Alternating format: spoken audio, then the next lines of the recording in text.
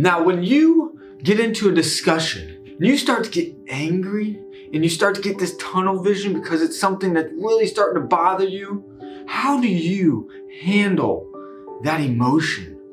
When some of us come into a disagreement, most of us will just simply want to win the argument. A lot of us will raise our voices, intending to intimidate the other person. Some will turn to belittlement or pick at another, just at their fault, just to take away the attention at the subject at hand. I'm not saying that any of these are the right way to act. People will also treat people according to their relationship they have with one another. If it's a sibling or if it's the parent, you may be more blunt and just straight to it. Or if as a stranger you might be talking to, you'll be a little more gentle. But the question is, how do you argue when you disagree? Do you care more for the person, or do you care more about winning and proving them wrong? First, we need to look at the most important part of how you are treating that person. If the topic is one that just makes your skin boil, yes, and it makes you angry, but just remember in Ephesians 4:26, it says, "In your anger, do not sin."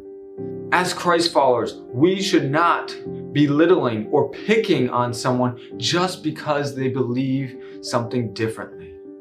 When in the argument, always remember to not only be thinking of your response and not even listening to them. Because in the conversation, not just arguments, we should be quick to listen, slow to speak, and slow to become angry. That's in James 1:19. And too often, we are quick to speak, slow to listen. But if we are willing to listen to what they have to say, even if it's something you don't agree with, you should still listen to what they have to say.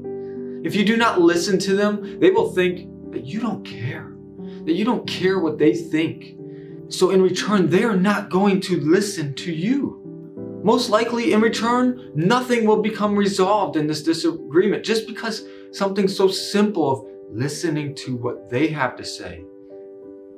Great wisdom is from King Solomon, is Proverbs 15:1. A gentle answer turns away wrath, but a harsh word stirs up anger.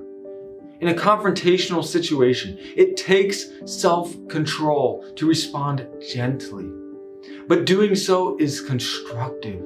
It turns away wrath, which wrath can sour relationships, and even worse, it can increase anger and start to give harsh words to speak out of your anger, and in return, completely ruin that relationship.